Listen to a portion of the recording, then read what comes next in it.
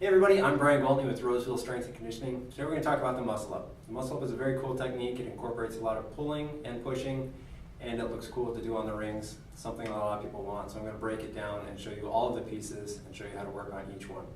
The first thing you need when you're working a muscle up is the false grip. The false grip is a way to hold the ring in such a way that you can both push and pull from the same position. It's very uncomfortable when you start, and there's some keys to it that make it better. So if you're normally holding it like this, if you're just going to do a pull-up and you didn't care about what your wrist was doing, you would hold it here. In the false grip, you're going to choke up on the ring and you're going to put your wrist on top of the ring itself. And the indicator that you're in a good position is that the ring is actually touching the side of your wrist over here. If you've got that contact, you're in a good position for the false grip. It's very uncomfortable. You're going to feel all kinds of stretching on the top of your hand probably, and you're going to feel all kinds of cramping probably in your forearm. Especially if you do this with a straight arm, it gets really tight really quick. But that's where you're going to be strongest, and this is required to do a muscle up, at least at the beginner stages. So you want your wrist all the way on top. One of the common mistakes is as soon as you load it, you slip down and you lose this contact. Once you've got this gap, it's no good. You got to keep that contact and hold it tight as long as you can. You can build a false grip while you're hanging, but it's really hard to get into, and as soon as you lose it, it's really hard to recover from. So get a solid false grip, get used to this position, start loading it, start hanging on it, just put more and more weight on it as you get more comfortable. And if you're feeling all that tension and the cramping in your forearm, you've probably got it pretty well, and make sure that you've got that contact. The next thing we're going to work on is the dip.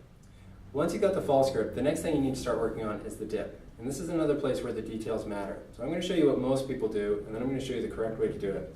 So most people, when they're working dips, they don't care about how low they go necessarily. So they'll usually go here and then go back up, which is fine if you're working just the dip. But if you want the muscle up, you need to be able to get really, really low into it. I'm not going to do this under load so that I can speak to you. But you need to be here so that you can actually transition to your muscle up. And that's going to happen when you've got your shoulder as close to your hand as possible. And the main thing here that we're looking for is to reduce the distance between the bottom of your dip and the top of your pull-up. If this vertical distance is small, you can do a muscle up. If it's really big, if I have to fall into my muscle up from here, I'll never get it because I can't travel that much distance with my shoulder strength. So when you're working your dips, get all the way to the bottom. This is the place where I'm going to muscle up from. Then I can lean back and actually transition. So make sure you've got your dip at the very, very bottom before you move on. Now we're going to work on the transition.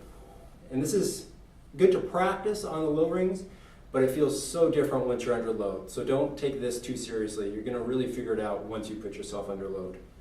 But you can at least get the motion. So we're going to start with the bottom of the dip, where I was. I'm going to keep my feet on the ground for a minute so I can practice this motion. And then I'm just going to lean back, keeping the rings as close to my body as I possibly can. And I'm going to slide them into the front.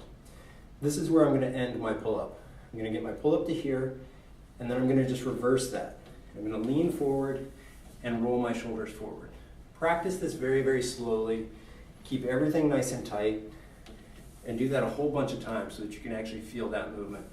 Again, it's going to be very different as soon as you're actually at the bottom of a dip.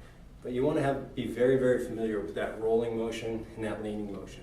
The key is keep the rings as close to your bodies as you possibly can.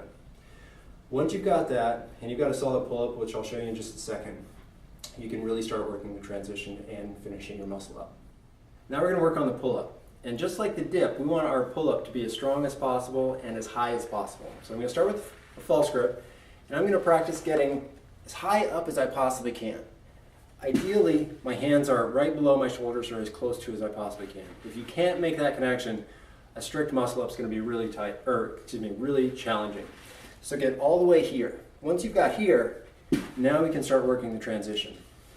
And everybody's a little different in terms of how they learn the transition. I felt it much easier to actually get the positive version, or starting from the pull-up and going up, than going down. Other people find it much easier to start at the dip. When I do it for reps though, I like to start at the dip. So I'm going to do a full muscle up, and then I'm going to stay at the bottom of the dip and show you what I mean.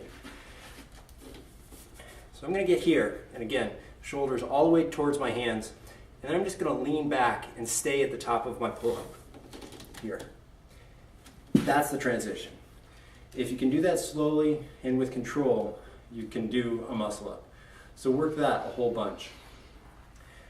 Eventually, you'll actually figure out that movement, and I like to do that just for reps. So I'll try to do 3, just the transition. So get here, pull up, dip, pull up, dip. I'll stop at 2. I'm getting tired. I've done a bunch of muscle ups already. But that's the key to a muscle up, is that transition portion. If you can get your pull up all the way up to here, do that transition, and do a dip out of it, you've got your muscle up. The key is in the transition. Spend all of your time on that.